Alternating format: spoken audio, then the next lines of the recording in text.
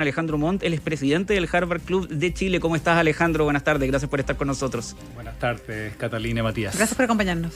Primero cuéntame un poquito tu experiencia en Harvard, ¿no? Que es lo que tiene Harvard, el hecho de que personas de distintas partes del mundo pueden ir ahí a hacer sus estudios, a cursar posgrados, a especializarse. Parte un poco de la identidad de Harvard pareciera estar en sus estudiantes internacionales. Así es, yo comparto eso. Mira, mi experiencia, como te digo, esto ya lo comenté en otro lado, que es extraño para alguien que estaba allá, que haya una visión como enquistada en cierta parte de la sociedad estadounidense, de que Harvard es una especie como de club de amigos de una élite izquierda, todo woke, que en el fondo es como una especie de microcosmos que no tiene nada que ver con la sociedad americana ni con el mundo, en el fondo. Y en mi experiencia, me tocó compartir tanto con la generación de abogados estadounidenses como con una clase que era más internacional, que es un posgrado en Derecho, en el fondo un LLM. En ese LLM nosotros éramos alrededor de 165 alumnos de 70 países, de los más variados recorridos vitales que tú te puedas imaginar, o sea, gente súper liberal, gente súper conservadora, gente que efectivamente pertenecía a la élite, pero también gente que de muchísimo esfuerzo, de familias súper sencillas, que incluso en la universidad les tenía que pagar incluso los aviones para que puedan llegar a Estados Unidos. Entonces, cuando a mí me dicen, oye, no, es que tú estás metido solamente en una cosa como de la élite, de algunos, yo les digo, pucha, eso no es conocer la realidad de lo que es la experiencia en Harvard, donde no todo es perfecto, ¿ah? Si aquí esto que no suene como una especie de defensa corporativa, que todo es perfecto, pero creo que es una crítica muy injusta cuando se le dice a Harvard que en el fondo es una especie de semillero de gente demócrata, woke y nada más. Ya, perfecto. Ahora, ¿qué ha pasado en los últimos años en el ambiente escolar, en el ambiente estudiantil, quiero decir, más bien de las aulas, ¿no? Que esto se hizo más complejo de manejar. ¿Cómo se vive hoy día una clase en medio de esta tensión, de este choque? Mira, yo creo que a mí me tocó una súper buena experiencia en ese sentido, porque ya se estaba hablando, yo salí el año 2014 y para mi commencement, o sea, mi graduación, me tocó el ex alcalde Bloomberg, que Tolerancia cero. Que era, exactamente, se hizo conocida por la tolerancia cero, pero también tiene una cosa que es bien interesante para esta discusión. Él era un demócrata convertido también en republicano cuando estaba en Nueva York. Empresario, más liberal, sí, más moderado, y que él dio un discurso en la misma universidad muy crítico con la universidad, de por qué no se permiten más visiones en algunas partes de la universidad. Y la misma universidad abrió esa discusión, pero con muchísima facilidad, de decir, efectivamente hay cosas que no somos perfectos, que estamos fallando, pero que queremos hacer lo posible para abrir esas puertas donde estamos siendo quizá un poco más limitados y no estamos abriendo los ojos respecto a las distintas visiones y abrir esa cancha. Entonces, toda esta crítica que había un poco de la administración de Trump, en el fondo es una discusión que ya lleva años y que se han hecho grandes avances en el sentido de abrir esa cancha, de permitir distintas visiones, donde hay mucho que avanzar todavía, por supuesto, pero que no es algo nuevo, que no es algo que Harvard venga a tener un plan recién hoy. Claro. La semana pasada comentábamos acá con una compañera, y lo comentábamos también con Catalina Edwards al comienzo del programa, el psicólogo y académico de la Universidad de Harvard, Steven Pinker, publicó una columna muy buena la semana pasada, en donde él partía la columna criticando todas las cosas que podía criticar de la universidad. Y él decía, y estas críticas, mientras soy académico de Harvard, las he seguido haciendo, he publicado columnas, hace como un listado de todas las columnas que criticaba. Profesor de origen judío. De judío, criticaba contra el wokeismo, contra la falta de tolerancia. Y daba casos de profesores, además, contra la falta, este profesor. Contra las funas, contra la falta de diálogo que existían respecto a distintas visiones políticas y sociales, incluso geopolíticas. Hacía todo ese repaso, criticando mucho a la Universidad de Harvard, de hecho diciendo muchas veces llamado a que salven a Harvard de sí misma. Hace todo ese repaso y después dice, por ende, con lo crítico que soy, no pueden acusarme de cuando yo apunto contra la medida de Donald Trump, de decir que no tiene ni pies ni cabeza, de decir que lo estoy diciendo por ser una parte sesgada dentro de la institución, es decir, por defender solo por defender, ¿no? Porque son cosas distintas. Una cosa puede ser la visión crítica que exista en torno a cómo la universidad puede mejorar y sobre todo cómo se pueden haber expandido en distintos círculos la falta de tolerancia, y la otra es pensar que esto se soluciona bloqueando a los estudiantes extranjeros o los fondos para la universidad. Mira, te puedo decir ahí 3 cosas. La primera, la situación bien injusta en la que están los estudiantes chilenos.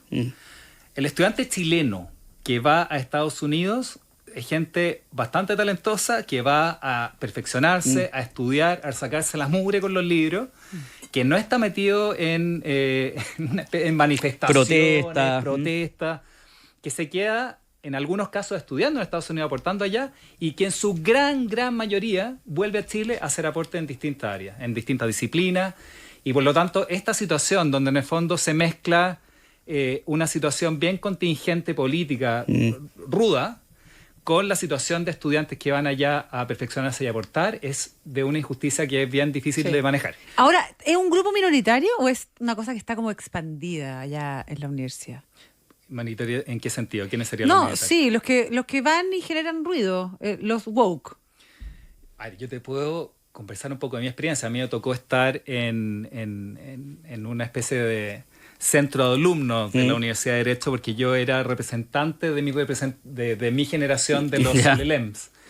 Y efectivamente habían varios que tenían unas visiones súper woke.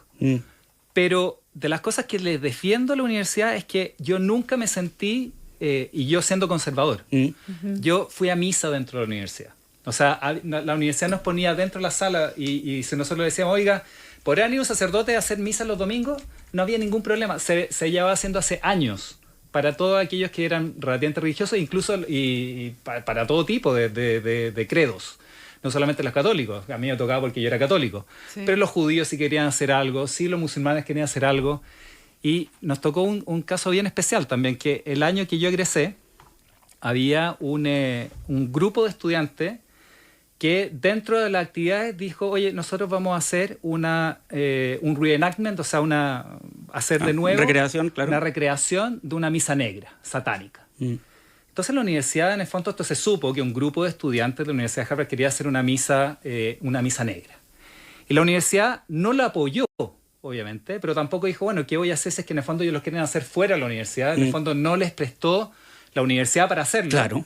Pero ellos avisaron que lo hicieron. Claro. Ellos avisaron que lo hicieron. Entonces la universidad queda en una situación de cómo protejo la libertad de expresión de todos, incluso ellos. ¿Cómo lo manejó la universidad? Yo creo que fue una cosa bien impresionante, que una presidenta en ese minuto de la universidad, que era Drew Fost, no era religiosa para nada, no se sabía nada de su background, ni siquiera de por dónde eran sus credos, sus creencias. Ella tomó la decisión de decir, miren señores, yo no puedo evitar que ustedes lo hagan, pero yo no les voy a pasar a la universidad para que lo hagan. Si ustedes lo quieren hacer en otro lado, pueden hacerlo, no puedo evitarlo. Pero yo como universidad quiero dar un mensaje de que no estoy de acuerdo de ningún tipo de discurso de odio. Y una misa negra se ve como un discurso de odio para un credo específico. Bueno, eso es un poco lo que ha hecho Harvard en visión, ¿crees tú, de los republicanos al no entregar los antecedentes que pide Trump de los nombres, las entidades de los alumnos que participan en estas protestas? Déjame terminar el cuento de ella, porque en el fondo lo que ella hizo no solamente dijo, oye, voy a hacer algo por escrito, decir, oye, que no está bien esto del discurso de odio, de irse en contra de grupos específicos, sino que ella misma participó en una misa de reparación. Ya los amigos católicos dijeron, vamos a hacer una procesión, y ella participó como parte de este espíritu de que nadie se sienta alejado. Ahora, ¿qué pasa con lo que ha pasado con las cartas de la administración de Trump? Las cartas de la administración de Trump vienen desde el principio de abril y han solicitado una serie de informaciones, no solamente a Harvard, empezaron con Columbia también. ¿Ya? Columbia cedió, hasta cierto punto cedió en algunas de las exigencias que le estaba haciendo. Porque tenía tomada casi prácticamente algunas salas, aulas. Fue una situación bien difícil dentro de Columbia. Sí. Ahora, ¿qué es lo que pasa? Columbia, si bien no bien cede, y hasta el día de hoy no hay claridad de que efectivamente vaya a ser posible recuperar esos fondos que le dijeron que no le iban a dar. Entonces, tú tienes una situación bien compleja donde la administración te pide información. La Universidad de Harvard ha señalado que ha dado varias carpetas de información para la administración, pero la administración sigue sin decir mucho, no da mucha información. Sí, pues no da información. Entonces Porque simplemente protege... dice, esto es incompleto, Por pero eso... no te dice qué tan incompleto, Por qué eso es lo te que pregunto falta. yo, ¿no entregas información por proteger esa universalidad? ¿Esa es la razón por la cual no entregas su antecedente? Es que no hay una razón. Como el free speech. Harvard sí ha dado información dentro de lo que puede, pero también Trump, aquí la hay administración temas... de Trump dice que no. La administración de Trump dice que es incompleta. Claro. Ahora, ¿qué tan incompleto? ¿Qué es lo que quieren al final del día? Sí, ¿Qué tanta información se puede? Porque aquí también hay un tema, hay dos temas que son como de los grandes temas que están, de hecho, en la demanda que puso la universidad y que tiene estas medidas bloqueadas, congeladas hasta el día de hoy. La universidad dice que son básicamente dos temas. Un tema de procedimiento, ya que netamente administrativo, una ley que la APA, que en el fondo la administración de Trump no habría cumplido el procedimiento administrativo para solicitar toda esta información. Y la segunda son temas constitucionales de fondo, o sea, ciertos principios que están siendo atacados, como por ejemplo la libre expresión y la intimidad de los alumnos. O sea, ¿hasta dónde puedo yo entregar la información de los alumnos en todo lo que han hecho en toda la universidad? ¿Hasta dónde llega todo lo que han escrito? Claro, redes todo sociales, lo que opinan, como que van a hacer un barrido que eso lo podría hacer Seguridad Nacional, además es como... Claro. Y además con una universidad que es súper celosa de la información de los estudiantes. Nosotros como exalumnos de la universidad, para los mismos chilenos nos encantaría saber incluso quiénes entran en cierto año para hacerle una despedida. Hay ciertas escuelas que nos dicen, no, esto es confidencial. Si el mismo alumno va contigo y te toca la puerta y dice que yo entré, perfecto, habla con él, pero yo no te voy a pasar esa información. Entonces, qué compleja la situación de manejar esto, pero en nuestra visión, Harvard está haciendo todo lo posible para cumplir con la ley y a la vez proteger hasta donde puede los derechos y los intereses de los estudiantes internacionales. Ahora, Alejandro, ¿ustedes han podido contactarse con los estudiantes chilenos que actualmente estudian en Harvard? Sí, estamos en contacto con ellos. ¿Cómo están? Me imagino con todas estas cosas. Mira, el viernes era bien dramática la situación, porque si bien es cierto, sabíamos de estos intentos de la administración de hacer presión, fue bien de un día para otro esto de que, bueno, se acabó esto, no tengo más paciencia, encuentro que la información que me pasaron es incompleta, así que sacaban las visas F y J, y eso te lleva a dos situaciones que son bien graves, tres en realidad. La primera, los estudiantes que ya están allá, que se están que se están graduando y que no saben si se van a poder graduar. Y la otra, que, oye, ¿qué pasa con las clases que tengo el segundo semestre? El primer semestre allá, en el fondo, el fall, que se llama, como las clases de otoño. Y hay una tercera situación que también es súper incómoda y compleja de aquellos que se están graduando y que tienen ofertas laborales o que van a ir a buscar empleo allá y no saben si pueden tomar esas ofertas laborales y si pueden ir a buscar trabajo, porque su estatus migratorio para poder tomar un trabajo depende de su visa de estudiante.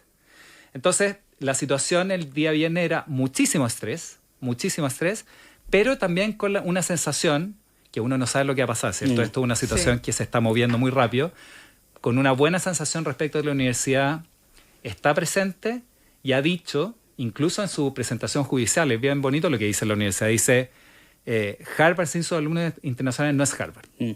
Y por lo tanto ha habido muchos mensajes de apoyo de que Harvard va a hacer todo lo posible por defender estos intereses y derechos de los estudiantes en una situación totalmente injusta para ellos. De nuevo, porque son los chilenos que nosotros vemos que están allá, están todos aportando, van a venir de vuelta a seguir haciendo su carrera de buena manera y esta situación los tiene estresados con justa razón. Alejandro Montt, presidente del Harvard Club de Chile, qué buena conversación como para tener un poco la perspectiva además de alguien que estuvo allá, que ha podido conversar obviamente con los chilenos que se encuentran en ese lugar y muy atentos a, insisto, mañana, la semana pasada cuando se bloqueó la acción de Donald Trump, en el fondo lo que hace la justicia no es como bloquearla por un tema constitucional, sino que la bloquea porque Harvard argumentó correctamente que el hacer esto de inmediato era un golpe económico que amenazaba su subsistencia. Sí. Entonces lo que hace la justicia es como ya, vengan a decirme, ¿usted por qué quiere hacer esto? ¿Usted por qué no quiere que le hagan esto? Y ahí yo defino si es que siguen adelante o no. Entonces mañana vamos a tener una resolución en torno a aquello, o por lo menos las primeras audiencias. Alejandro, muchas gracias por habernos venido a acompañar. Gracias a ustedes por la oportunidad.